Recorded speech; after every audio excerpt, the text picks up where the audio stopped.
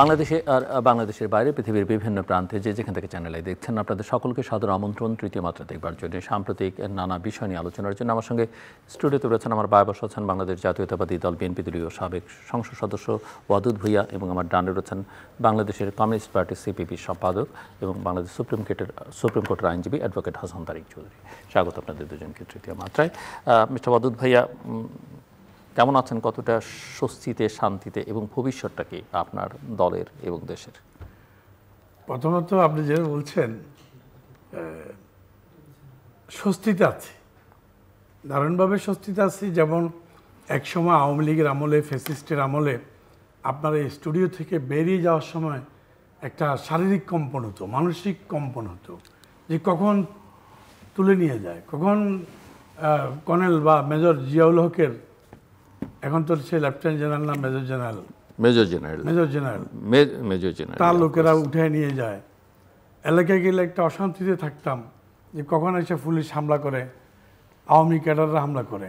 অন্তত এই সকল দিক থেকে এবং ব্যবসা বাণিজ্য কোনো কিছুই তখন করতে আমাদের দেওয়া হয়নি, যে আমরা একটু খেয়ে পরে বেঁচে থাকবো সে অবস্থা রাখে নাই। তো সেই দিক থেকে সে বিবেচনায় অনেক স্বস্তিতে আছি। আর একটা অস্বস্তি কাজ করছে এখন, সেটা হলো যে দেশে গণতন্ত্র কবে ফিরে আসবে। যেই গণতন্ত্রের জন্য আমরা লড়াই করলাম আজকে 16 বছর, যেই গণতন্ত্রের জন্য আমাদের ইলিয়াস আলীকে হারিয়েছি, আমাদের কমিশনার সৌদিয়ার চৌধুরী আলম সহ অনেক শত শত লোককে হারিয়েছি, তারা কোথায় আছে এখন তারা জানে না, আমরা জানি না। তাদের পরিবার এখনও তাদের সম্পত্তির ব্যবহার করতে পারছে না, কারণ তাদের তো কি মৃত না জীবিত এটারই কোনো স্বীকৃতি নেই, আইনগত বাধা। এই এত কিছুর পরে যখন আমরা একটা গণতন্ত্রের জন্য লড়াই করে, সংগ্রাম করে, ছাত্র জনতার বুকের রক্ত দিয়ে এই দেশটা থেকে ফ্যাসিস্টকে বিদায় করা হলো, তখন দেখা গেল যে আমাদের গণতন্ত্র বিকাশে, গণতন্ত্রে পদার্পণে প্রলম্বিত হচ্ছে এবং ঐক্যমত্য কমিশনের নামে সেখানে সকল আমার দেশে যে সকল অনৈক্যের বিভেদ সৃষ্টি করছে, অনৈক্য সৃষ্টি করছে এবং সময় ক্ষেপণ করছে, কাল ক্ষেপণ করছে।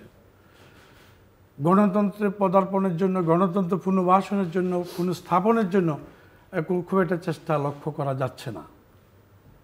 সেই দিক থেকে অস্বস্তিতে আছি। সো মিস্টার হাসান তারিক চৌধুরী, গণতন্ত্র ফিরবে কি? প্রশ্ন হচ্ছে যে অনেকেই বলতে পারেন আগে তো ছিল না 15 বছর, এখন তো গণতন্ত্র আছে। আবার কারো কারোর মধ্যে সংশয় আছে যে আসলে এটা তো একটা ট্রানজিশনাল ফেজ, গণতন্ত্র যেখানে যাবার কথা সেটা। আবার কেউ কেউ কথাও বলতে পারেন যে 54 বছরে কবে সেই অর্থে গণতন্ত্র বাংলাদেশে ছিল। ধন্যবাদ জিল্লুর ভাই এবং আমার সহ আলোচক ওয়াদুদ ভাইকে শুভেচ্ছা। দেখেন, আসলে উনি একটু আগেই বললেন যে স্বস্তির কথা। ওয়াদুদ ভাই ব্যক্তিগতভাবে, দলীয়ভাবে স্বস্তিতে আছেন, কিন্তু আমি যদি জনগণের পার্সপেক্টিভ থেকে দেখি, জনগণ স্বস্তিতে নাই, আগেও ছিল না।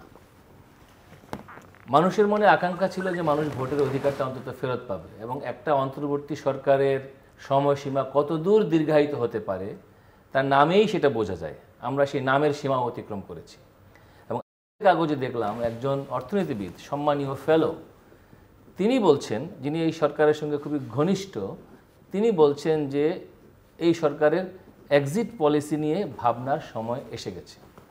তাহলে এক্সিট পলিসির কথা যখন ওনারা নিজেরাই বলছেন, এক্সিট করার আগে দেশটাকে কোথায় রেখে যাচ্ছে? আমরা দেখলাম 22তম দিন গণতন্ত্রের উত্তরণের জন্য অতিবাহিত হয়ে গেল, কিন্তু কোনো ফলাফল আসলো না। পর্বতের মুশিক প্রসব বলে একটি কথা বাংলায় প্রচলিত আছে। আমরা তো মুশিক তো দূরের কথা, পর্বতের মাছি প্রসব করতেও আমরা কিন্তু দেখলাম না। ফলে এরকম একটি জায়গায় দাঁড়িয়ে গণতন্ত্র কত দূর, এই প্রশ্ন আমার মতো দেশের খেটে খাওয়া মানুষেরও। এবং তার চেয়েও যে বড় বিষয়, অস্বস্তির জায়গা এটা যে আমাদের দেশের অর্থনীতি একবারে ধ্বংসের দ্বার প্রান্তে চলে যাচ্ছে। বিদেশি বিনিয়োগকারীরা বলছে যে আমাদের দেশের যে তৈরি পোশাক শিল্প, তার সক্ষমতা 50% নেমে এসেছে। বিভিন্ন কলকারখানা বন্ধ হয়ে যাচ্ছে। দুদিন আগেও আমি পল্টনে শ্রম ভবনের সামনে শত শত শ্রমিকের পক্ষে দাঁড়িয়ে কথা বলে আসলাম, আইনজীবীদের পক্ষ থেকে সংহতি জানিয়ে আসলাম যে তাদের 2 মাসের বকেয়া বেতন না দিয়ে মালিক পালিয়ে গিয়েছে। মালিক কেন পালায়, কেন কারখানা বন্ধ হয়ে যাচ্ছে একের পর এক?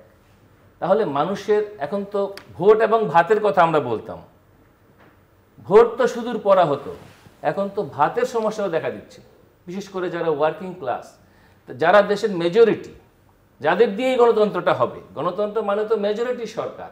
তো জনসংখ্যার মেজরিটি কারা? ওয়ার্কিং ক্লাস না এলিটরা?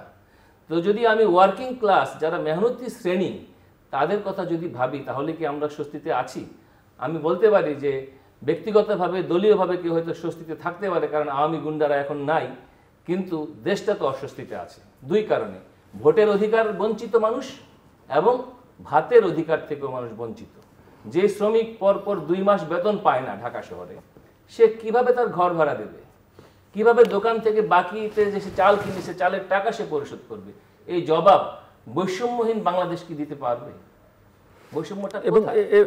এবং এখন প্রশ্ন উঠছে যে একদিকে সরকার অক্ষম, তার গভর্নেন্স অত্যন্ত পুরো, দেশের আইন শৃঙ্খলা পরিস্থিতি ভালো নয়, আবার অন্যদিকে একথা উঠছে যে দেশ ছেয়ে গেছে চাঁদাবাজি, দখলবাজি, দুর্নীতিতে। দুর্নীতির সঙ্গে কেউ কেউ বলছেন যে সরকারের লোকজনও সংশ্লিষ্ট আছে, এবং এই যে চাঁদাবাজি, দখলবাজি বা দুর্নীতির অভিযোগ বিভিন্ন রাজনৈতিক দলের বিরুদ্ধেও আছে। আপনার দলের বিরুদ্ধে আছে, সেটা এনসিপির বিরুদ্ধে আছে, জামায়াতের বিরুদ্ধে আছে, গ্রেপ্তার হচ্ছে দেখা যাচ্ছে সব দলেরই কম বেশি। এই প্রধান, কারো কারো ভাষায় প্রধান দল, সরকারের ভাষায়, আমার ভাষায় নয় অবশ্যই, অনেক প্রায় বাংলাদেশের কোনো জনগণের পক্ষেই সেটা বলা সম্ভব নয় যে এই দলগুলি সবাই প্রধান। বাট এই অভিযোগগুলো যখন মানুষ করে, তখন তো বুঝতেই পারা যায় যে মানুষ আসলে কোনোভাবেই স্বস্তিতে নেই, আগেও ছিল না, এখনও নেই। হ্যাঁ, এই কথাটা ঠিকই বলেছেন। পাশাপাশি আমার সহ আলোচক ভাই যিনি বলেছেন, আমি ওনার বক্তব্যের সাথে সম্পূর্ণ একমত। জনগণ স্বস্তিতে নাই, সেটা বিনিয়োগে বলেন, সেটা দ্রব্যমূল্যে বলেন, সেটা গণতন্ত্রের ভাবনায় বলেন, নাই। পাশাপাশি বিনিয়োগ করতে মানুষ সাহস পাচ্ছে না, দেশি বিদেশি লোকজন। কারণ একটা ইন্টেরিয়াম গভর্নমেন্টের, ওই যে উনি বললো, নামের সাথেই তো তার টাইম ফ্রেমটা আছে। ওই টাইম ফ্রেম তো অনেক দূর চলে গেছে। শাহাবুদ্দিন বিচারপতি হাবিবুর রহমানরা 3 মাসে যদি পারে, আজকে কেন আমরা এত মাসে পাচ্ছি না? এত লং টাইম সংস্কারের কি এমন বিষয় আছে? এটা তো জনগণের ম্যান্ডেট প্রাপ্ত সরকারের দায়িত্ব। পরবর্তী গভর্নমেন্ট বলেন যে জনগণের ম্যান্ডেট প্রাপ্ত সরকারগুলো দিকে খুব একটা মনোযোগ দেয় না, অতীতে দেয় নাই, এই অভিযোগ আছে আর কি। অভিযোগ আছে বলে তো জনগণের ম্যান্ডেট প্রাপ্ত দলগুলো নিশ্চয়ই এটা শিক্ষা নিয়েছে। এই যে হাসিনার পতন এবং বিদায়ের কারণের মধ্য দিয়েই তো বিএনপিও শিখেছে, সবাই শিখেছে, আমরা শিখেছি, সবাই শিখেছে, অভিজ্ঞতা নিয়েছে। কেউ তো আর ওই পায়ে পা দিবে বলে আমার মনে হয় না। দ্বিতীয়ত, আপনি যেটা বলছেন যে চাঁদাবাজি বা বিভিন্ন অনিয়ম, দুর্নীতি, এটা কিন্তু এখন আছে। এটা আওয়ামী লীগের আমলে যদি অনেক বেশি থাকে, এখন অল্প হলেও আছে। যে অল্পটা অনেক বেশি হাইলাইটস হচ্ছে।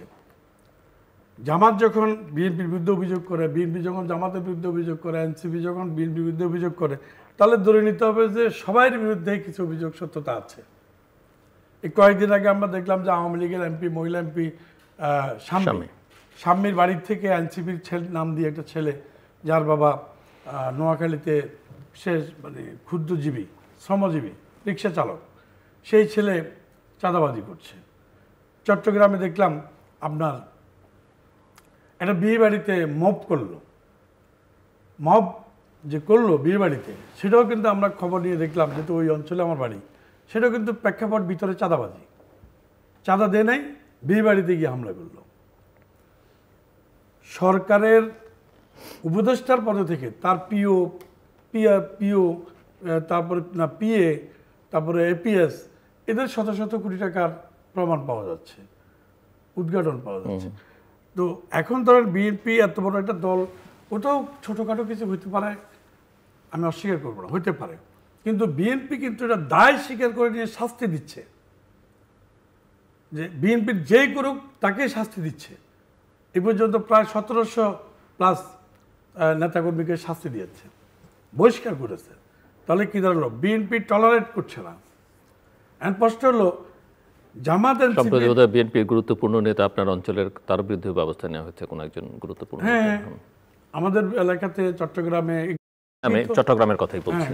আপনার ধরেন প্রায় 4-5জনের বিরুদ্ধে ব্যবস্থা নেওয়া হয়েছে, যাদের উপরে ওই অঞ্চল নির্ভর করে, যাদের অঞ্চলের বিষয়ে ওই অঞ্চল নির্ভর করে, আগামী রাজনীতিতে ভোটের ক্ষেত্রে নির্ভর করে। এরা না থাকলে বিএনপির জন্য ভোটে এরা ফ্যাক্টর, তাদের বিরুদ্ধে ব্যবস্থা তাদের বিরুদ্ধে ব্যবস্থা নেওয়া আছে। আমি নাম উল্লেখ করে ওদেরকে খাটো করতে চাই না, এলাকা উল্লেখ করে খাটো করতে চাই না, কিন্তু আমাদের ভারপ্রাপ্ত চেয়ারম্যান কিন্তু বসে নেই। তিনি কিন্তু যেমন ধরনের এই যে ঘটনাটা ঘটছে, 4-5 জনের মানে হয়েছে, বহিষ্কার আছে, এদের বিরুদ্ধে তিনি 3টা তদন্ত করেছে। 3টা তদন্ত, একটা তদন্ত আমাকে দায়িত্ব দেওয়া হয়েছিল যে কেন এগুলো হচ্ছে। তাহলে উনি কি করলো, শুধু আমার তদন্তে উনি নির্ভর করেনি, উনি ক্রস চেক ব্যাক করেছে। 3টা তদন্তের পরে তিনি শাস্তিমূলক ব্যবস্থা নিয়ে এনেছে, অথচ আজকে ওদের পক্ষে মিছিল হচ্ছে সেখানে। তাহলে এটার অর্থ হলো আমরা বিএনপি নীতিগতভাবে এই সকল জিনিস আমরা মানি না, সমর্থন করি না। আমার দল এবং আমার দলের ভারপ্রাপ্ত চেয়ারম্যান এই অন্যায়, অনিয়ম, দুর্নীতি এগুলোকে কোনোভাবে আর উৎসাহিত করতে রাজি না, কারণ দেশের মানুষ এখন আর ওই অবস্থায় নেই। এখনকার মানুষের মানসিকতা, মনন, চিন্তা চেতনা, বুদ্ধিভিত্তিক চিন্তা, মানুষ এখন ইন্টারনেটের উপরে আছে, মানুষ এখন অনেক আধুনিক হয়েছে। একটা রিক্সা চালককে আপনি জিজ্ঞেস করেন, তার যে জোরালো বক্তব্য পাবেন, যুক্তিসঙ্গত বক্তব্য পাবেন, সেটা কিন্তু আগে ছিল না। অতএব এখন এই পরিবর্তনটা প্রত্যেকটা দলের মধ্যে আসতে হবে, দলের নেতাকর্মীদের মধ্যে আসতে হবে। এখন ধামাকিরি হুন্ডা গুন্ডা দিয়ে রাজনীতি এবং ভোট হবে না। এখন ভোট হবে বুদ্ধিভিত্তিক চিন্তা চেতনা দিয়ে। লেখাপড়া করতে হবে, ছাত্রদেরকে লেখাপড়া করতে হবে, নেতাদেরকে লেখাপড়া করতে হবে। লেখাপড়ার মধ্য দিয়ে সচেতনতা, সততা এর ভিত্তিতে কাজ করতে হবে। টুকটাক অনিয়ম, দুর্নীতি ওয়ার্ল্ডের সব দেশেই হয়, সব দেশেই হচ্ছে, এবং কিন্তু সেটার একটা মার্জিন আছে, সীমারেখা আছে, সেই জায়গায় নিয়ে আসতে হবে, যেটার জন্য আমাদের দল এবং আমাদের বর্তমান ভারপ্রাপ্ত চেয়ারম্যান বদ্ধপরিকর।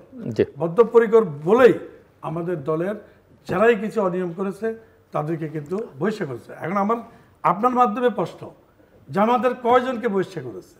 আমরা তো মিডিয়াতে দেখতেছি প্রতিদিন জামাতের একটা দুটো অনিয়মের সাথে জড়িত আছে। এনসিপি তাদের যে অনিয়ম ঢালাওভাবে সারা দেশবাসী বলছে।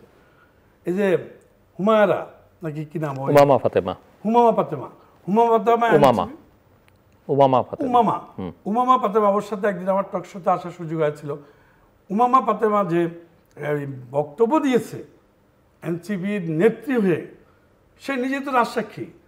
বসুন্ধরা গ্রুপ থেকে 1500 কোটি টাকা নাকি 15,000 কোটি টাকা নিয়ে তাদের শেল্টারের জন্য দায়িত্ব নিয়েছে। অতএব তারা তো কোনো শাস্তির দিকে যাচ্ছে না, শাস্তি দিচ্ছে না। জি, মিস্টার হাসান তারিক চৌধুরী, দেখেন এই চাঁদাবাজির একটা ন্যারেটিভ আছে। একটা হলো পলিটিক্যাল পার্টির ন্যারেটিভ, যেটা আমরা গত 40 বছর ধরে শুনে আসছি। সন্ত্রাসী এবং চাঁদাবাজ আমাদের কোনো দলের নয়, তার বিরুদ্ধে আমরা ব্যবস্থা নিচ্ছি, আমরা একে উৎসাহিত করি না। এটা হলো পলিটিক্যাল পার্টির ন্যারেটিভ রিগার্ডিং চাঁদাবাজ এবং সন্ত্রাসী। জনগণের একটা ন্যারেটিভ আছে এই চাঁদাবাজ সন্ত্রাসীদের সম্পর্কে। জনগণ কি বলছে? জনগণ বলছে চাঁদা আনলে পুরস্কার, ধরা পড়লে বহিষ্কার। এটা হলো জনগণের ন্যারেটিভ। মানুষ এটা বিশ্বাস করে যে যখনই ধরা পড়ে যায় তখনই তার বিরুদ্ধে ব্যবস্থা, যতক্ষণ না পর্যন্ত সে ধরা পড়ছে, পাবলিক মিডিয়াতে না আসছে, ততক্ষণ পর্যন্ত সে নানাভাবে প্রত্যক্ষ পরোক্ষভাবে পুরস্কৃত। এর উদাহরণ আমাদের দেশে ভুরি ভুরি রয়েছে। আসল কথাটা হলো, আমরা যারা এখন খুব সংস্কার বলছি, 111-এর সময় সংস্কারপন্থী হওয়া ছিল অপরাধ, আর এখন সংস্কারপন্থী হওয়া হলো পুরস্কার। তো পার্সপেক্টিভ পাল্টে যায়, কিন্তু মানুষের যে অবস্থা তা তো পাল্টায় না। সেজন্য আজকে যে ইন্টারিম গভর্নমেন্ট, তারা এই দায়িত্বহীনতার পরিচয় দিতে পারছে গণতান্ত্রিক উত্তরণ না করার ক্ষেত্রে? এই কারণে যে আমাদের দেশে matured political leadership and matured political intelligentsia নাই। যেমন ধরেন, আমরা 16 বছর আন্দোলন করেছি হলো একটা নিরপেক্ষ সরকারের অধীনে নির্বাচন।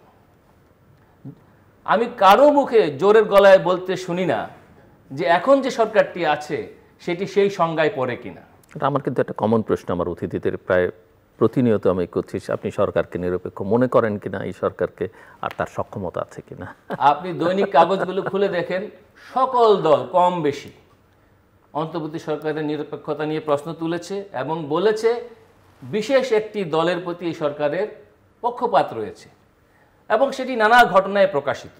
যদি সেটি সকল দল মনে করে থাকে, সেই দলের ঐক্যমত্য কমিশনে গিয়ে সবাই মতও দিচ্ছে, সেই সরকারের কমিশনে গিয়ে আবার দ্বিমত করছে এবং শেষমেশ যেটা আমি আগেই বলছি, আবার সেই আনরেজিস্টার্ড দলের সঙ্গে একেবারে সিলেক্টিভ কিছু রাজনৈতিক দলের এবং যার পদত্যাগ তারা চাইছে বিএনপি, তাকে সামনে রেখেই আবার বিএনপি নেতারা বৈঠক করছেন দেশে এবং বিদেশে। ফলে এইটা কোনো রাজনৈতিক পরিপক্কতা, নেতৃত্বের পরিপক্কতার পরিচয় বহন করে না। আমরা যদি ভারতের ডেমোক্রেসির দিকে তাকাই বা ইংল্যান্ডের ডেমোক্রেসির দিকে তাকাই, সেখানে যে সমস্যা নাই তা কিন্তু না, সেখানেও দল সব ডেমোক্রেসিতে সমস্যা আছে। আমাদের পাশের দেশ নেপালে যেখানে 40% পিআর পদ্ধতি আছে, সেখানে সরকার পড়ে যায় আবার সরকার হয়। কিন্তু আমাদের মতো এরকম একটা ললেসনেস সিচুয়েশন, যেখানে আমি এক কথাই বলবো, আমি আইনের ছাত্র হিসাবে বলবো, আমরা একটা চরম আইনহীনতার মধ্যে আছি। মাইলস্টোনে আগুনে মানুষ পুড়ে যাওয়ার পরে রংপুরে গঙ্গাচড়ার মানুষের হাতে কি করে আগুন ওঠে, হিন্দু পরিবারগুলো জ্বালিয়ে দেওয়া হয়। পাহাড়ে, আপনি পাহাড়ের খবর আমার চেয়ে আরো ভালো জানেন, পাহাড়ে সমতলে কি অবস্থা। এই যে মানুষের মনে যে শঙ্কা, এর লায়াবিলিটি কে নেবে? অবশ্যই আজকে যারা বিদেশ থেকে বিদেশি পাসপোর্ট নিয়ে এখানে আমাদেরকে সংস্কারের রূপরেখা দিতে এসেছেন, তারা তো এদেশে থাকবেন না, তারা তাদের আপন ঠিকানায় চলে যাবেন। আমরা যারা এদেশে রয়ে যাব, দায় দায়িত্ব তো আমাদেরকেই নিতে হবে। ঘর পোড়া গরু সিঁদুরে মেঘ দেখলেই ভয় পায়। আমরা অনেক মার্সিনারির গল্প জানি, আমরা তো আজকাল অনেক পলিটিক্যাল মার্সিনারিও দেখছি। তো এর বিরুদ্ধে তো রাজনৈতিক দলগুলো, আমি মনে করি যে আমাদের একটা ওই ঐক্যমত্য কমিশনের বাইরেও একটা ঐক্যমত্য জায়গা তৈরি হওয়া দরকার, যেখান থেকে ভয়েসটা উঠবে। ওখানে তো আমরা চা বিস্কুট খাই, একটা ফ্রেমওয়ার্কের মধ্যে কথা বলি, এবং এই ফ্রেমওয়ার্ক একটা মতবাদের জায়গা থেকে, একটা মতবাদ নিয়ে তারা বসে আছেন এবং সেই মতবাদকে কতটা ইনকর্পোরেট করা যায় সে আলোকেই কিন্তু প্রপোজালগুলো সাজানো। যে কারণে বিএনপি, আমার খুব ভালো লেগেছে যে তারা অ্যাটলিস্ট শেষবারে এসে তারা বলেছে যে কনস্টিটিউশনাল রিকগনিশন দেওয়া যাবে না। যে আলোচনাগুলোকে তারা one of the major difference with BNP, এটা তারা বলেছে। কেন বলেছে? যদি এটা দিতে হয় তাহলে 90-এর আন্দোলনকেও তো সাংবিধানিক স্বীকৃতি দিতে হয়, কারণ সেটিও ছিল সামরিক স্বৈরাচারের বিরুদ্ধে গণতন্ত্রের পক্ষে। একই রকমভাবে 69-এর গণঅভ্যুত্থানকেও সাংবিধানিক স্বীকৃতি আপনাকে দিতে হবে। সুতরাং আমাদের দেশে সামরিক স্বৈরাচারের বিরুদ্ধে যত গণ আন্দোলন হয়েছে তার সকলের সাংবিধানিক স্বীকৃতি আমরা দেব কিনা। তো এরকম একটি ম্যাচিউর জায়গা যেমন এসেছে, আমরা আশা করব যে আগামী দিনে অতি দ্রুত একটা লেজিটিমেট পলিটিক্যাল গভর্নমেন্টের হাতে পাওয়ার ট্রান্সফারের জন্য অ্যাজ আর্লি অ্যাজ পসিবল, যেটা করার পরিপক্কতা আমাদের দেশের বৃহৎ রাজনৈতিক দলগুলো দেখাতে পারবে। সেটা আমার মনে হয় যে জনগণের প্রত্যাশা। আমি যে দল করি, কমিউনিস্ট পার্টি, আমার দলও মনে করে যে অতি দ্রুত গণতান্ত্রিক উত্তরণ ছাড়া আমার মনে হয় মার্সিনারি পলিটিক্যাল প্লট দিয়ে কোনো সমস্যার সমাধান হবে না। এবং অনেকেই মনে করেন যে বিএনপি আসলে এই জায়গায় এই পরিপক্কতা দেখাতে পারছে না, মানে বিএনপির অনেক ক্ষেত্রেই একটা ডিলেমা কাজ করছে। কেউ কেউ মনে করেন বিএনপি খানিকটা ট্রমাটাইজডও। সো আপনি কি মনে করেন? না, বিএনপি একদম অভ্যুত্থানের পরে 3 মাসের মধ্যে নির্বাচন, তারপরে যৌক্তিক সময় নির্বাচন, তারপরে ডিসেম্বরের মধ্যে নির্বাচন, তারপরে ডিসেম্বরের অনেক আগেও হতে পারে নির্বাচন, তারপরে এখন ফেব্রুয়ারিতে গিয়ে নির্বাচন, তারপরে হয়তো দেখতে দেখতে এপ্রিলও চলে যেতে পারে। কারণ আমি তো প্রতিদিনই বিএনপি নেতাদের সঙ্গে কথা বলি, অনেক সময় মনে হয় আর কি শেষ পর্যন্ত গিয়ে এটা কোথায় থাকবে বলা মুশকিল। এবং এই দাবিটা তো আসলে বিএনপির আদায় করবার ক্ষেত্রে একটা জোরালো পদক্ষেপ। কারণ আপনি যে অভিযোগগুলো তুলছেন, সেই অভিযোগগুলো যদি যৌক্তিক হয়, সঠিক হয়, তাহলে তো নির্বাচনের দাবিটাই প্রধান হয়ে ওঠা উচিত ছিল। হ্যাঁ, নির্বাচনের দাবি প্রথম থেকেই, কিন্তু প্রথম এবং প্রধান দাবি হিসেবে বিএনপি বা আমাদের পক্ষ থেকে প্রথম থেকে আছে। কিন্তু রয়ে সয়ে তর্কে এবং বিতর্কে থাকাটা, এটা কিন্তু গণতন্ত্রের একটা সৌন্দর্য। আমরা চাই না এই সরকার ফেল করুক। আমরা চাই যে ডক্টর ইউনূসের সরকারের মাধ্যমেই দেশের দ্রুত নিরপেক্ষ সরকার নিরপেক্ষ নির্বাচন একটা অনিরপেক্ষ সরকার বা পক্ষপাতদুষ্ট সরকারের পক্ষে নিরপেক্ষ নির্বাচন দেওয়া সম্ভব না। সেই জন্য আমরা কিন্তু প্রেশার করছি, সেই জন্য কিন্তু আমরা চাপ দিচ্ছি, আমরা বলছি যে আপনার নিরপেক্ষ নয়, আপনারা কোনো একটা দলকে লালন পালন করার চেষ্টা করছেন। কিন্তু আপনাদের কথায় কোনো কর্ণপাত কেউ করেছেন বলে আপনাদের কাছে মনে হয়েছে? আমাদের কাছে কর্ণপাত করছে মনে হয়েছে বা হয়নি ব্যাপারটা তা না, আমাদের কাছে মনে হচ্ছে যে কারণ আপনারা এক একটা দাবি তুলছেন, আবার নিজেরা এমন কাজ করছেন সেই দাবির বিপরীতে গিয়ে কাজ করছেন।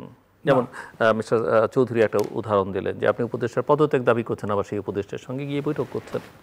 এটাই গণতন্ত্র সৌন্দর্য।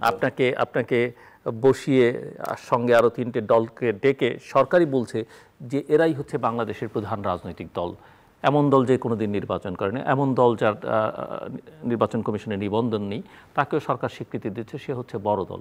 অন্য দলগুলো যাদের ভোট, তাদের চেয়ে ভোট বেশি পাওয়া বেশ কিছু রাজনৈতিক দল ওই বৈঠকের বাইরে ছিল, কিন্তু সরকার আনুষ্ঠানিকভাবে বলছে এরাই হচ্ছে বাংলাদেশের সর্ববৃহৎ প্রধান রাজনৈতিক দল। বিএনপি তো সেটাও না, বিএনপি এখানে ধরেন কারো পদত্যাগ নাকি বিএনপি আসলে এগুলো বুঝতে পারছে না, অথবা বুঝতে চাইছে না যে আপাতত আমরা স্বস্তিতে আছি, শান্তিতে, যে হবে তো নির্বাচন, নিজেরা তো মোটামুটি স্বস্তি শান্তিতে আছে, কিছু ব্যবসা বাণিজ্য করা যাচ্ছে, এটা ওটা করা যাচ্ছে, এক ধরনের সুবিধা। মানে না, বিএনপির অনেকটা হার্ড লাইনে যায়নি, এই জন্য যে বিএনপি হার্ড লাইন মানে কি, আপনি কি মনে করেন এই ধরনের পরিস্থিতিতে বিএনপির বা সিপিবির বা অন্যান্য জ্বালাও পোড়াওয়ের কোনো প্রয়োজন ছিল না? ওইরকম প্রয়োজন হলে তো তাহলে আমরা কেন 200-400-500 মানুষ যদি শাহবাগে দাঁড়িয়ে একটা দাবি আদায় করে ফেলতে পারে, এই সরকারের কাছ থেকে একাধিক দাবি আদায় করতে পারে, বড় বড় রাজনৈতিক দলগুলো একটা গণতান্ত্রিক দাবি, যৌক্তিক দাবি, যে দাবির পক্ষে অসংখ্য মানুষ রক্ত দিয়েছে, সেটা কেন আদায় করতে পারবে না? আমি তো মনে করি না যে বিএনপি বা তার অ্যালাইজরা বা এই দাবির পক্ষে যারা, তারা যদি রাস্তায় নামতো, 50,000, 1 লাখ, 2 লাখ লোক না রাস্তায় নামলে পুলিশও তাদের পেটাতো না, সেনাবাহিনী তো অনেক দূরে থাকতো বলে আমার ধারণা, মাই পারসেপশন।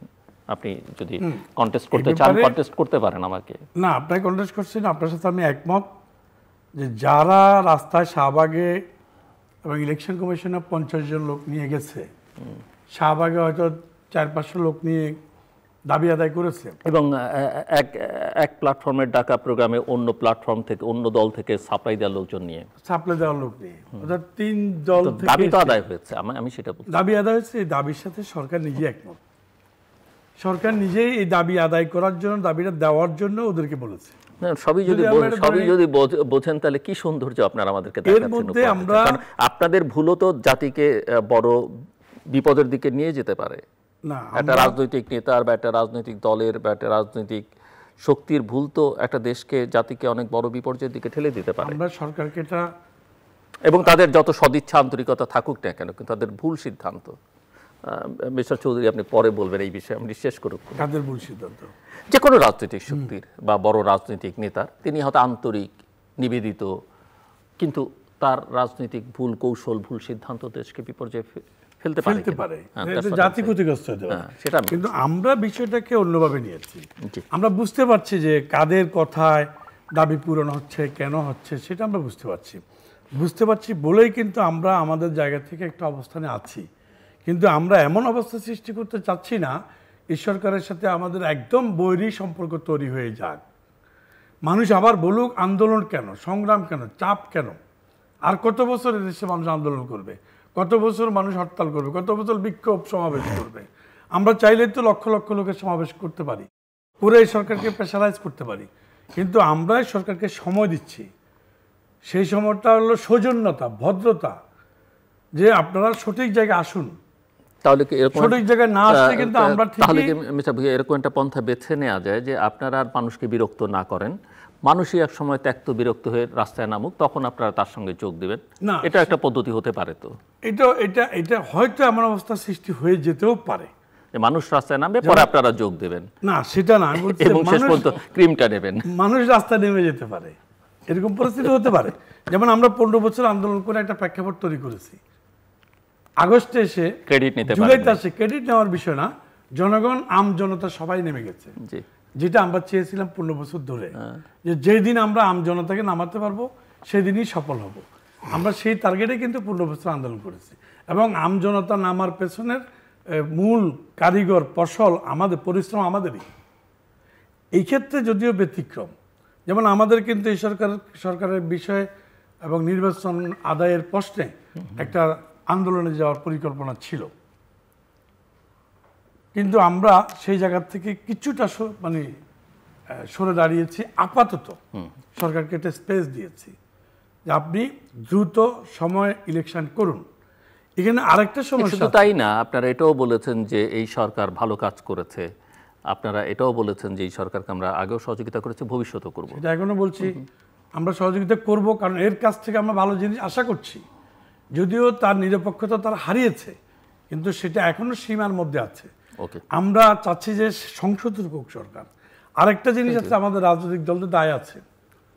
আমি চাচ্ছি, মানে বিএনপি চাচ্ছে দ্রুত নির্বাচন, এই সরকার যে তার ইন্টারিয়াম টাইমের মধ্যে সে চলে যাক, কিন্তু দেখা গেল আমাদের ইন্টারিমের তো কোনো টাইম নাই না, অন্তর্বর্তী বলতেই তো একটা অন্তর্বর্তী এটা সংক্ষিপ্ত সময়, আইনের ব্যাখ্যাও নেই, সংক্ষিপ্ত সময়।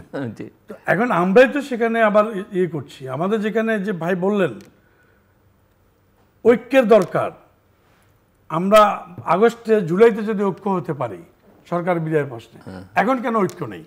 এখন ঐক্য নেই এই জন্য যে একদিকে আমরা চাচ্ছি নির্বাচন, আর জামাত ইসলাম কি বলছে আপনারা শুনছেন, জি, তারা ভোট চাচ্ছে না। প্রথমে স্থানীয় সরকার পরিষদ নির্বাচন, তারপরে সংস্কার, আবার এনসিপি বলতেছে সংস্কার না হলে, পিআর না হলে আমরা নির্বাচন করব না।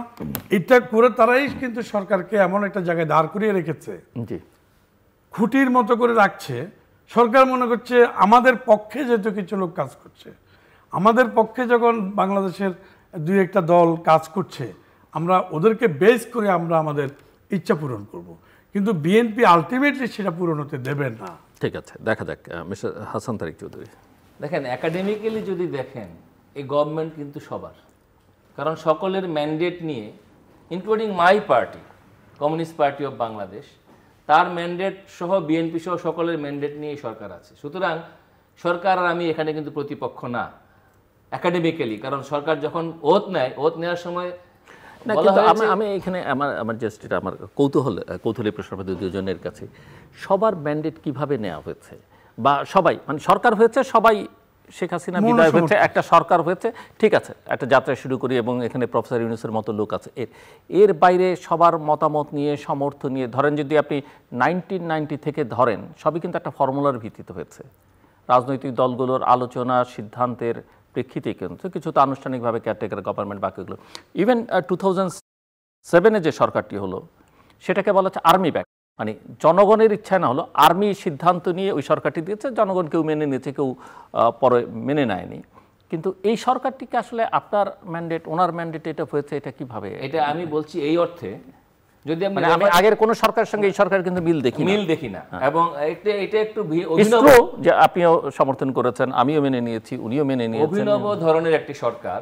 যখন 8 তারিখে সরকারের ওত নেয়, কোনো পলিটিক্যাল পার্টি কেউ বাংলাদেশে বলে নাই যে আমরা এই সরকারকে ডিনাই করি বা আমরা এটাকে ওয়েলকাম করি না।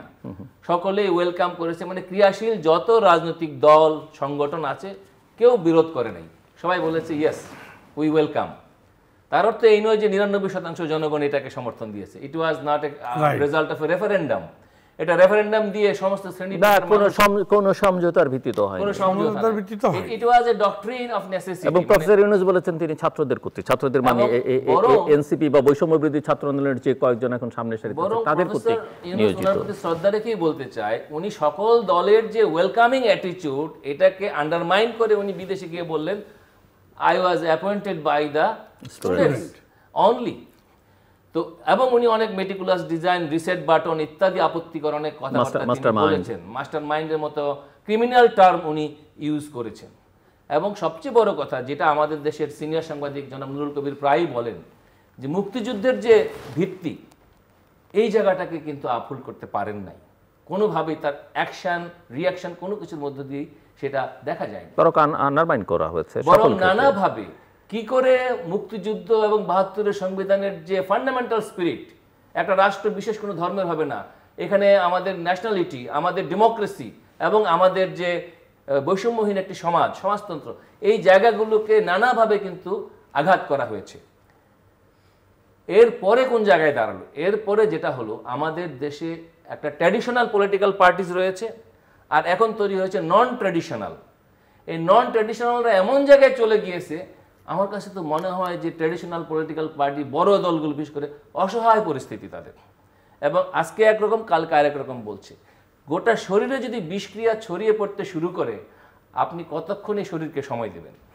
ইমিডিয়েট আজকে যে আমার বিএনপির বন্ধুরা বলছে আমরা জঙ্গি হতে চাই না, আমরা জ্বালাওপোড়া করতে চাই না, আমরা সময় দিতে চাই, যখন বিষক্রিয়া ছড়িয়ে পড়ছে, অগণতান্ত্রিক বিষক্রিয়া, আইনহীনতার বিষক্রিয়া, চাঁদাবাজির বিষক্রিয়া, দুর্নীতির বিষক্রিয়া, লুটপাটের বিষক্রিয়া, তখন কতক্ষণ দেশের মানুষ সময় দিবে আর পলিটিক্যাল পার্টিগুলো সময় দিবে?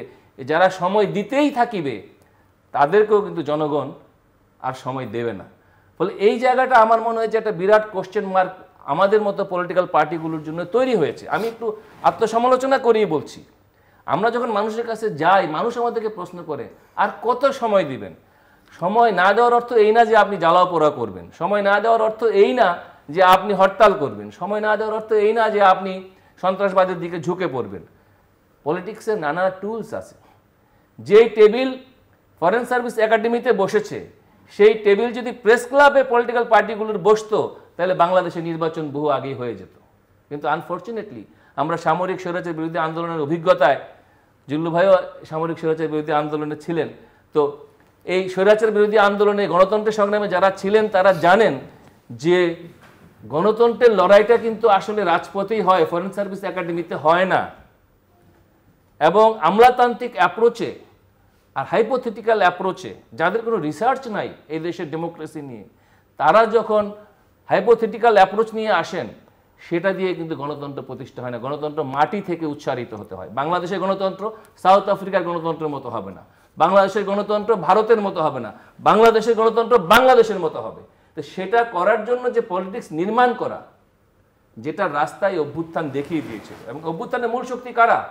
অভ্যুত্থানের মূল শক্তি হলো মেধাবী ছাত্ররা, যারা আন্দোলন শেষ করে পড়ার টেবিলে ফিরে গিয়েছে আর রেখে গিয়েছে কিছু তলানি, চাঁদাবাজ, টাকাবাজ ছাত্র। এই যে তলানিরা, যারা স্লোগান দিয়েছিল মেধাবীদের পিছনে দাঁড়িয়ে যে কোটা নয় মেধা, আজকে তাদেরকে যদি জুলাই সনদের রাজনৈতিক ব্যাখ্যা দিতে বলেন, মধ্যপন্থার রাজনীতি কি করতে বলতে কি বোঝায় বলতে বলেন, তারা কিন্তু আনসার দিতে পারছে না, কারণ তারা তাদের নিজেদের কোনো পলিটিক্যাল ডক্ট্রিন তৈরি করতে পারে নাই।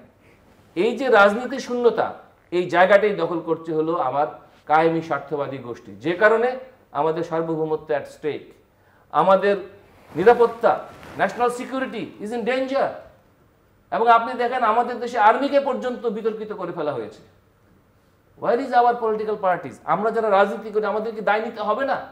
কিন্তু আমি আশ্চর্য হই, আমাদের মতো দল যারা আয়তনে এত বড় না, তাদের দায় দায়িত্বের সক্ষমতা একরকম, আর যারা বড়, যারা আগে দেশ চালিয়েছে, তাদের দায় দায়িত্বের সক্ষমতা আরেক রকম। ফলে যাদের সক্ষমতার জায়গাটা বেশি, তাদের সম্পর্কে এই সমালোচনার তীরটা বেশি উঠবে, এবং সেই জবাব তাদের দায় দায়িত্ব বেশি, তাদের দায় দায়িত্ব বেশি। মিস্টার ওয়াদুদ ভূঁইয়া, হ্যাঁ অবশ্যই বড় দলগুলো, বড় দল হিসেবে বিএনপি বা আমাদের দায় দায়িত্ব বেশি। কিন্তু আমি প্রথমত বলতে চাই যে সরকার সবার ম্যান্ডেট নিয়ে সর্বসম্মতিক্রমে গঠিত হয়নি। এটা 6 তারিখ থেকে 9 তারিখ পর্যন্ত, এই 3 দিনের মধ্যে একটা আভ্যন্তরীণ এটা খেলাধুলা হয়। 8 তারিখের মধ্যে, 8 তারিখ পর্যন্ত এই যে 3 দিন বা আড়াই দিন দিনে রাতে একটা ইন্টারনাল গেম হয়েছে, কে হবে ইন্টেরিয়াম গভর্নমেন্টের প্রধান। তো সেক্ষেত্রে দেখা গেল যে যারা খেলেছে তারা, এবং আপনি যেটা বললেন যে মেধাবীরা তো বাসায় চলে গেছে, পড়ার টেবিলে চলে গেছে। যারা এক দফা আন্দোলনে সমর্থন করে নাই, এই যে হাসনাত এবং সাজিস, এরা কিন্তু এক দফা দাবির আদায়ের পক্ষে ছিল না। তারা তো আওয়ামী লীগের পক্ষ থেকে আসছে, এখানে শেখ হাসিনার পক্ষ থেকে এখানে আন্দোলনে আসছিল মোবিলাইজকে করার জন্য, আপনার সাপোর্টাইজ করার জন্য। অর্থাৎ তারা কিন্তু এক দফা দাবিতে যেতে চায়নি। এটার রেকর্ডও আছে, রেকর্ডও এখন পাওয়া যাচ্ছে। তাহলে তারা সহ সরকার গঠন করছে। আমরা কি করেছি? শান্তির প্রশ্নে, ভালোর জন্য, আপনারা কি করছেন, আমরা কি করেছি ভালোর জন্য, শান্তির প্রশ্নে আমাদের দেশের নোবেল বিজয়ী, এটা আমাদের একটা গর্ব। আমরা চিন্তা করেছি যে ওকে ফাইন, হতে পারে, এটাতে বলে মৌন সমর্থন। আমরা মৌন সমর্থন দিয়েছি, আমরা কিন্তু মুখে কেউ সমর্থন দিই না, এবং আমাদেরকে আপনাদের কাউকে জিজ্ঞাসাও করা হয়নি।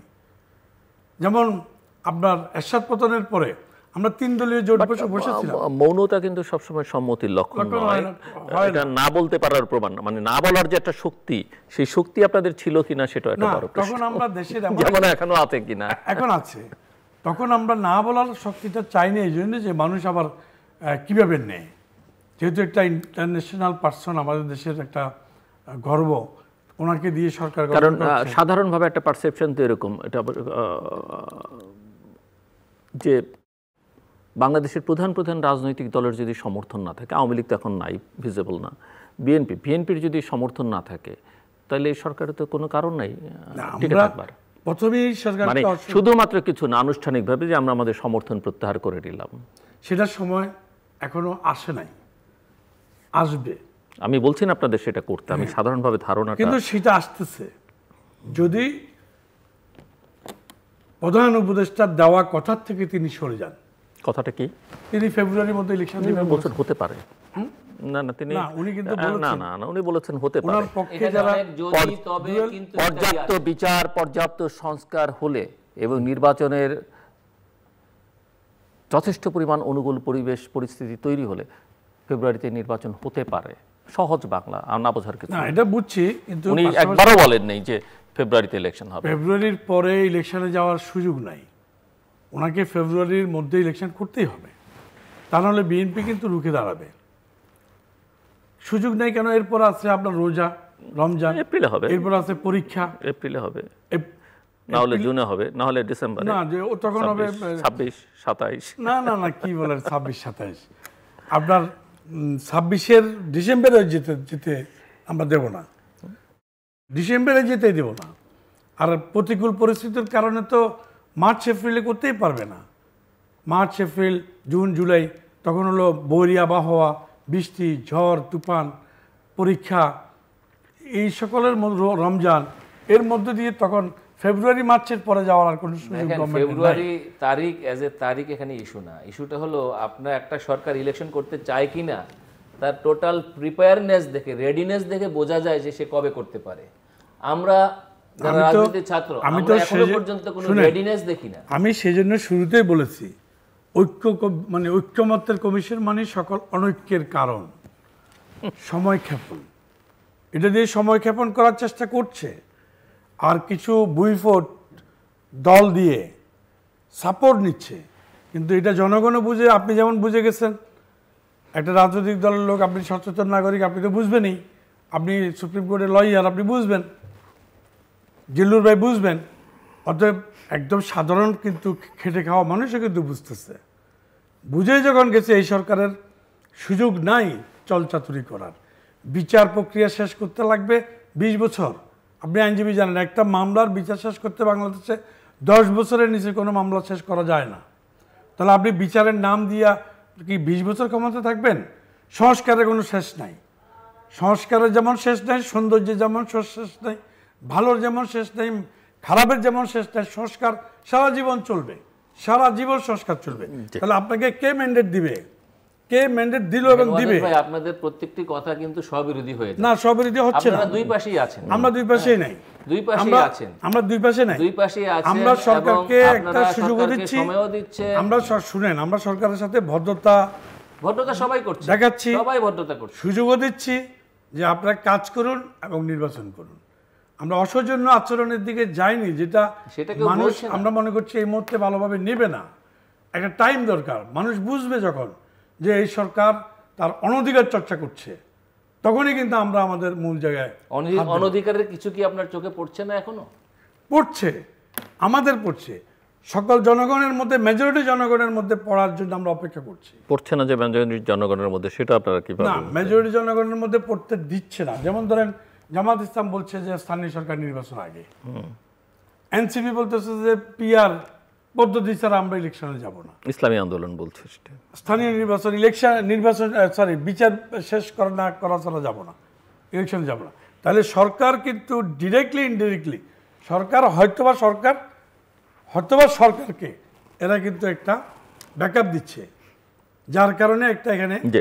জনমতের মিস্টার হাসান ভিন্নতা তারিক। আছে। কারণ জামাতের তো একটা সংখ্যা আছে, তারা তো আমার মতো করে আপনার মতো করে দেখেন ভাবছে না। আমাদের এনডিবির তো একটা, এলসিবির তো একটা আপনারা কিছুটা সংখ্যা আছে। আপনারা বিএনপি নির্বাচন চান, জনগণ সকল বিভ্রান্ত পলিটিক্যাল আছে। পার্টি নির্বাচন চায়, আমরাও চাই, কমিউনিস্ট পার্টিও নির্বাচন চায় অ্যাজ আর্লি অ্যাজ পসিবল। কিন্তু নির্বাচনী আচরণটা করার জন্য আমাদের যে ইলেকশন কমিশন, তার যে ফ্রেমওয়ার্ক, তার যে অ্যাক্টিভিটিস, সেটা বলে দেয় যে কয় মাস পরে নির্বাচন সম্ভব। আমরা আগেও নির্বাচন দেখেছি, নির্বাচন কমিশনের কাজ দেখেছি। তার আগে কিছু ঘটনা আছে যেগুলো জাতীয় নির্বাচনের সাথে সরাসরি সম্পৃক্ত না হোক তাকে প্রভাবিত করে। যেমন আমাদের বিভিন্ন সুপ্রিম কোর্ট বা জেলা বারগুলো নির্বাচন, বিএনপি যেখানে যেখানে আসেন আপনারা ইলেকশন হতে দিচ্ছেন না, পেশাজীবীদের আপনারা নির্বাচন করতে দিচ্ছেন না, অন্যান্য জায়গায় আপনারা নির্বাচনের বিরুদ্ধে, ছাত্র সংসদ নির্বাচনের বিরুদ্ধে। আমরা ধরে নিলাম যে স্থানীয় সরকারটা একটু ভিন্ন ব্যাপার, কিন্তু অন্যান্য জায়গায় যখন আপনি গণতান্ত্রিক প্র্যাকটিসকে যখন আপনি বাধাগ্রস্ত করবেন, ন্যাচারালি আপনার কিন্তু সেই মোরাল রাইট থাকে না জাতীয় নির্বাচন চাওয়ার। এবং এটার সুযোগেই কিন্তু আপনাকে যারা নির্বাচনে থেকে দূরে রাখতে চায় তারা কিন্তু নেয় এবং তারা সেটা বলে। এবং এনসিপি কেন, অন্যান্য দলের থেকে এই কথাগুলিই বলছে যে ওনারা যদি নির্বাচন চায় তাহলে এই সমস্ত প্রফেশনাল বডিতে ইলেকশন তারা ঠেকিয়ে রাখছে, কেন দিচ্ছে না?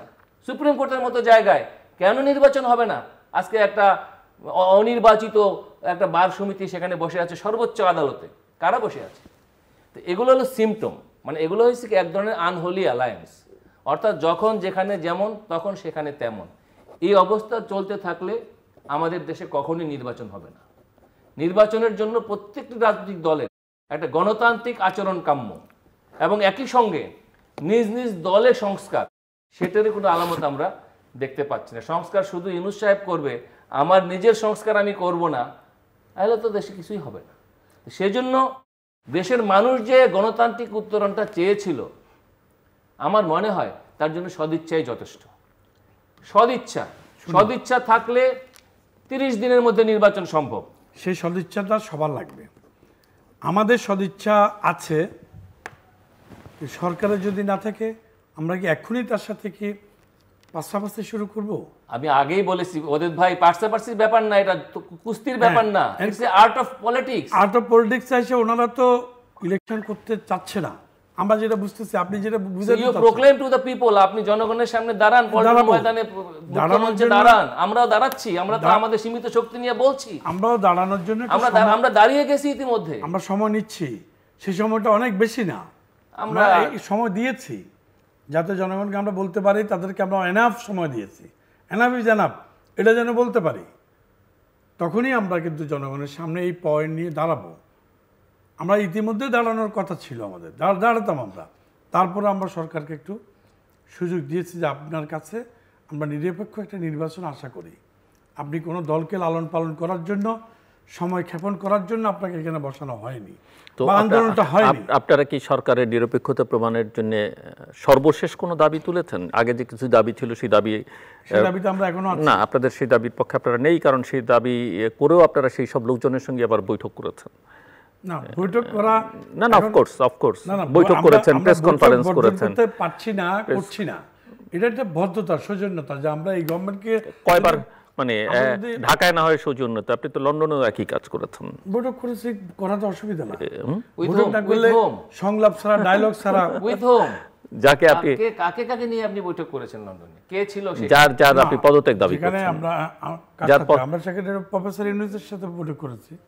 না, কোন বৈঠকে বুঝাচ্ছিল? না, লন্ডন বৈঠকে তো আরো সরকারের তো প্রতিনিধি আরো ছিল, যার প্রেস কনফারেন্স ছিল, যারা এবং যিনি আসলে রিড আউট করেছেন, তিনি আপনি তো তারই পদত্যাগ দিয়েছেন। হ্যাঁ, উনি সরকার যদি কাউকে রাখে, আপনি আমাকে ডেকেছেন একটা বৈঠক করবেন, আমার সাথে যদি কেউ থাকে আপনি তো না করতে পারবেন না। কারণ সরকার বৈঠক করবে, সরকারের সাথে কে থাকবে না থাকবে এটা কোনো শর্ত জুড়ে দেওয়া যায় না, শর্ত জুড়ে দেওয়া যায় না। আমি তো শুনেছি, বা আমরা তো শুনেছি যে বিএনপির পক্ষ থেকে কে যাবে না, কারো যাওয়ার ব্যাপারেও সরকারের দিক থেকে আপত্তি ছিল, পরে তিনি যাননি। না, এরকম কথা ঠিক নয়। তো আপনারা হয়তো শুনেছেন আমার সোর্স বিএনপির মোটামুটি স্ট্রং সোর্স। বিএনপির কারা থাকবে বিএনপির মিটিং, এটা বিএনপি ডিসাইড করেছে। সরকারের কোনো কিছু সরকার থেকে বারণ করে দেওয়া হয়েছিল যে ওনাকে থাকা যাবে না। পারে সরকার প্রধান যখন স্বয়ং লন্ডনে গিয়ে আমাদের চেয়ারম্যানের সাথে বৈঠক করেছে, তো সেই দিক থেকে তো আমরা কিছুটা সৌজন্যতা ওদেরকে দেখাবই। ওদের মানে ভদ্রতা বলে তো একটা কথা আছে, যেটা আমি বারবার বলছি, আমরা এখন তো অসৌজন্যের পর্যায়ে যাইনি। তো ওনারা কোনো শর্ত দিয়েছে এটা আমার জানা নেই। অদ্ভুত ভাই, অসৌজন্যতা কিন্তু শুরু হয়ে গেছে। পত্রিকা খুলে দেখেন, মুরাদনগরে একজন উপদেষ্টা সমর্থকদের বনাম বিএনপি সংঘর্ষে ৩৫ জন মানুষ আহত, ৩৫টা মানুষ হাসপাতালে চলে গেল। অসৌজন্যতার বাকি থাকে কি? এটা একটা বিক্ষিপ্ত একটা অঞ্চল কেন্দ্রিক ঘটনা। তার মানে সব জেলায় তো একটা করে উপদেষ্টা থাকবে না, আমরা যদি একটা জেলাতেই থাকবে না। এটা তো তো হয়েছে আপনার যে সম্ভবত কুমিল্লা মুরাদনগর, যেখানে ওখানে আমি সেটাই বলছি, উপদেষ্টা তো সব থানায় থানায় একজন করে থাকবে না, উপদেষ্টা কয়েকটা জায়গায় থাকবে। এবং এটাই হলো টিপ অফ দ্য আইসবার্গ, একটা ঘটনাই বোঝা যায়।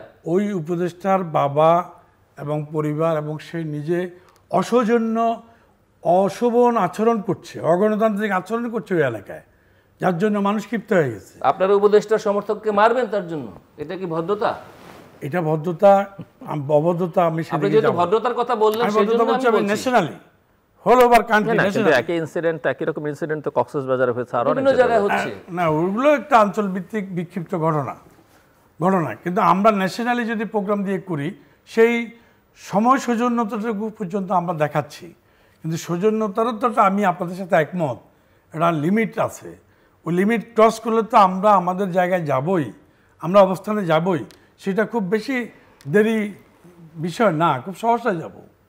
কিন্তু এর আগে আমাদেরকে সরকার নিশ্চিত করতে হবে যে কবে তারা না। ধরেন সৌজন্যতা তো খুবই গুরুত্বপূর্ণ ব্যক্তি জীবনে, সমাজে, রাজনীতিতে, কিন্তু একই সঙ্গে বা আন্ডারস্ট্যান্ডিংটাও খুব পরিষ্কার থাকা ভালো না? যেমন ধরেন 2018 সালে আপনারা যখন প্রধানমন্ত্রীর সঙ্গে 14 সালে নির্বাচনে গেলেন না, 18 নির্বাচনের আগে ডায়ালগে গেলেন এবং উনি বললেন যে একটা ফেয়ার ইলেকশন করবেন, আপনারা বললেন আমরা বিশ্বাস করি, এবং ওনার কথায় বিশ্বাস করে আপনারা গেলেন এবং পরে 6টা আসন নিয়ে সংসদে গেলেন। সে ব্ল্যাকমেইল করল। হ্যাঁ, তো এই ব্ল্যাকমেইল যে উনি করবেন না, এবং শেখ হাসিনা কি ততদিনে কি কোন জায়গায় এসে দাঁড়িয়েছেন 14 থেকে 18 পর্যন্ত, সেটা না বুঝতে পারো তো এক ধরনের অদক্ষতা, অযোগ্যতা। এটা বুঝতে পারা উচিত ছিল। সেটা ডক্টর কামাল হোসেনদের একটা প্রক্রিয়ার মধ্য দিয়ে সেখানে একটা। কামাল হোসেন তো নিঃসন্দেহে বাংলাদেশের অত্যন্ত গুরুত্বপূর্ণ গুণী মানুষ, কিন্তু তিনি নিশ্চয়ই বাংলাদেশের লার্জেস্ট পলিটিক্যাল পার্টিকে লিড করতেন না তখন। করতেন না, তিনি কিন্তু একটা ইম্পর্ট্যান্ট গুরুত্বপূর্ণ সিটিজেন, নাগরিক এবং পার্টি পলিটিক্যাল লোক, এবং যিনি সংবিধান রচনা যার হাত আছে এবং বিভিন্ন ভূমিকা আছে, এরকম একটা গুরুত্বপূর্ণ লোককে হয়তো আমরা ওই সময় একটা ভালো। সব দায় কি তার উপরে চাপিয়ে দিলে হবে? সব দায় না, আমাদেরও দায় আছে। আমরা কেন তাকে বিশ্বাস করলাম, কেন আমরা হাসিনাকে বিশ্বাস করলাম? একটা কাগজে কোনো চুক্তি ছাড়া, কোনো লেখাপড়া ছাড়া বিশ্বাস করে ফেলেছি। এখানে আমাদেরও দায় আছে। আমরা 18 সালের এই ফাঁদে পা দেওয়া আমাদের ঠিক হয়নি। আমি আসছি আপনার কাছে, ক্লোজিং রিমার্ক, জাস্ট 2-3 মিনিট সময় আপনার জন্য। ক্লোজিং রিমার্কসে আমি এটাই বলবো যে আজকে দেশের রাজনৈতিক দলগুলোর সামনে বিরাট দায়িত্ব এসে হাজির হয়েছে, বিশেষ করে দেশের গণতন্ত্রকে রক্ষা করার, দেশের সার্বভৌমত্ব এবং নিরাপত্তাকে রক্ষা করার। এবং এটা যদি দেশি বিদেশি চক্রান্তের ফাঁদে পড়ে আমরা রাজনৈতিক দলরা যদি ফেল করি, এর জন্য চরম মূল্য এই দেশকে, এই জাতিকে দিতে হবে। এবং এর দায় আমরা যারা রাজনীতি করি আমরা কখনই এড়াতে পারবো না। সে কারণেই আমার দল বাংলাদেশের কমিউনিস্ট পার্টি সুস্পষ্টভাবে বলেছে যে অ্যাজ আর্লি অ্যাজ পসিবল আমাদের দেশে ইলেকশন হতে হবে একটা নিউট্রাল গভর্নমেন্টের আন্ডারে, এবং যার কোনো দলীয় পক্ষপাত থাকবে না। এবং একই সঙ্গে যে সমস্ত জরুরি সংস্কারগুলো করা দরকার, অর্থাৎ একটা নির্বাচনকে গ্রহণযোগ্য করার জন্য, যার জন্য অলিখিত ঐক্যমত হয়ে আছে, সেখানে কেউ বাধা দেবে না, সেই কাজগুলো করে ফেলা। এবং একই সঙ্গে আমাদের মুক্তিযুদ্ধের যে মূল স্পিরিট, যেটা বিএনপির মহাসচিব মির্জা ফখরুল ইসলাম আলমগীরও বলেছেন যে তিনি আশঙ্কিত যে দেশে দক্ষিণ পন্থার উত্থান ঘটছে। তো বিএনপির মতো দলও যখন বলে যে দেশে দক্ষিণ পন্থা নিয়ে উত্থান নিয়ে তারা আশঙ্কিত, নিশ্চয়ই এটা ইতিবাচকভাবে আমরা গ্রহণ করব। সুতরাং সেই জায়গা থেকে দেশটাকে একটা গণতান্ত্রিক এবং বৈষম্যহীন সমাজের জায়গায় নিয়ে যাওয়ার জন্য এখনই উপযুক্ত সময়, এবং সেই সময়কে আমাদেরকে অবশ্যই কাজে লাগাতে হবে, এবং এইখানে অবহেলার নাম হবে রাজনৈতিক আত্মহত্যা। জি মিস্টার পদ্ধতি। হ্যাঁ, আমরাও মনে করি এই সময়ের মধ্যে নির্বাচন করে দেশে একটা সুষ্ঠু পরিস্থিতি সৃষ্টি করে দিয়ে সরকারকে যেতে হবে। তবে আমরা এটাও বিশ্বাস করতেছি যে প্রফেসর ইউনূস বলেছেন উনি জুনের পরে একদিনও থাকবেন না। 26 জুন, তার মানে আপনারা জুন পর্যন্ত রেডি আছেন? আমরা রেডি না, ও রেডি না।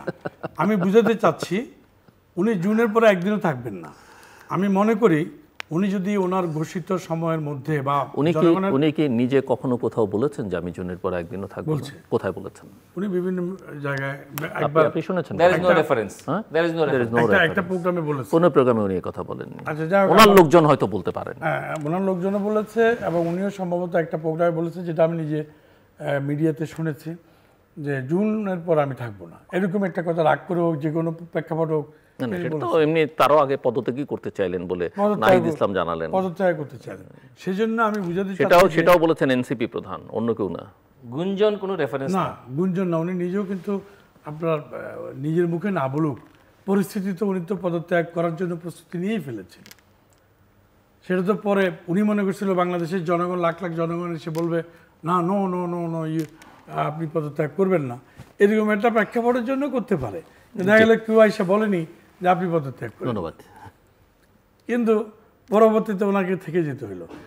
আমরা এখন বলতেছি যে উনি পদত্যাগ নয়, ওনাকে নিজেকেই চলে যেতে হবে ইলেকশন না দিলে, বরঞ্চ সেই ইলেকশনটা একটা অন্তর্বর্তী কেয়ারটেকার সরকারের অধীনে নির্বাচনটা আমরা আদায় করব। উনি কিন্তু এই নির্বাচন না দিয়ে উনি থাকতে পারবেন না। আমার লাস্ট কথা এটা, বিএনপির মানসিকভাবে আমরা মনে করি উনি নির্বাচন না দিয়ে এই ক্ষমতায় চেয়ারে বসে গণতন্ত্রকে তিলে তিলে ধ্বংস করতে আমরা দেব না। উনি নির্বাচন না দিলে ওনাকে চলে যেতে হবে, এবং এরপরে একটা অন্তর্বর্তীকালীন সরকার, বলবো না, এটা কেয়ারটেকার সরকার, জি ধন্যবাদ, সরকারের অধীনেই আগামী নির্বাচন। দর্শক, অনুষ্ঠানের শেষ প্রান্তে আমরা সামাজিক যোগাযোগ মাধ্যম ফেসবুক, এক্স এবং ইউটিউবে তৃতীয়মাত্র লাইভ স্ট্রিম হচ্ছে, আপনারা দেখতে পারেন। টেলিভিশনের পর্দায় দেখতে না পারলে যে কোনো সময় যে কোনো স্থান থেকে ইউটিউবে তৃতীয়মাত্রা চ্যানেলটি সাবস্ক্রাইব করে এই পর্ব বা পুরনো পর্বগুলো আপনারা দেখতে পারেন। মিস্টার অ্যাডভোকেট হাসান তারিক চৌধুরী এবং মিস্টার ওয়াদুদ ভাই, অসংখ্য ধন্যবাদ এই আলোচনা অংশ নেবার জন্য। দর্শক, নানা বিষয় নিয়ে আলোচনা হচ্ছে, এখানে একটা বিতর্ক হলো, কিন্তু মূল কথা যেটা, প্রফেসর ইউনূসের মতো গ্লোবাল আইকন, নোবেল লরিয়েট, তিনি নির্বাচন দিন কিংবা না দিন, বিএনপি নির্বাচন চাক কিংবা না চাক, অপরাপর রাজনৈতিক দলগুলো নির্বাচন চাক কিংবা না চাক, দাবি করুক কিংবা না করুক, বাংলাদেশের জন্য, যে কোনো গণতান্ত্রিক রাষ্ট্রের জন্য, যে রাষ্ট্র গণতান্ত্রিক হতে চায়, যে দেশের জনগণ গণতান্ত্রিক প্রক্রিয়ার মধ্যে থাকতে চায়, তার জন্য নির্বাচন অত্যন্ত জরুরি। নির্বাচন ছাড়া রাজনৈতিক স্থিতিশীলতা, অর্থনৈতিক, সামাজিক স্থিতিশীলতা কোনোটাই আসবে না, এবং গত এক বছরে প্রমাণিত হয়েছে তার কিছুই হয়নি। কাজেই যত দ্রুত সম্ভব বাংলাদেশ একটা অবাধ, সুষ্ঠু, শুধু নির্বাচন হলেই হবে না, একটা অবাধ, সুষ্ঠু, গ্রহণযোগ্য, অংশগ্রহণমূলক, অন্তর্ভুক্তিমূলক নির্বাচন হবে, দেশের জন্য তত কল্যাণকর। তবে এটা নির্বাচন হলেই যে ভালো গণতন্ত্র হবে তারও কোনো গ্যারান্টি নেই, কিন্তু নির্বাচন একটা প্রাথমিক ন্যূনতম পূর্ব শর্ত, এবং এই শর্ত পূরণ করতে হবে। আমাদের কথা শুনবার জন্য আপনাদের অসংখ্য ধন্যবাদ, আপনার সবার জন্য শুভকামনা।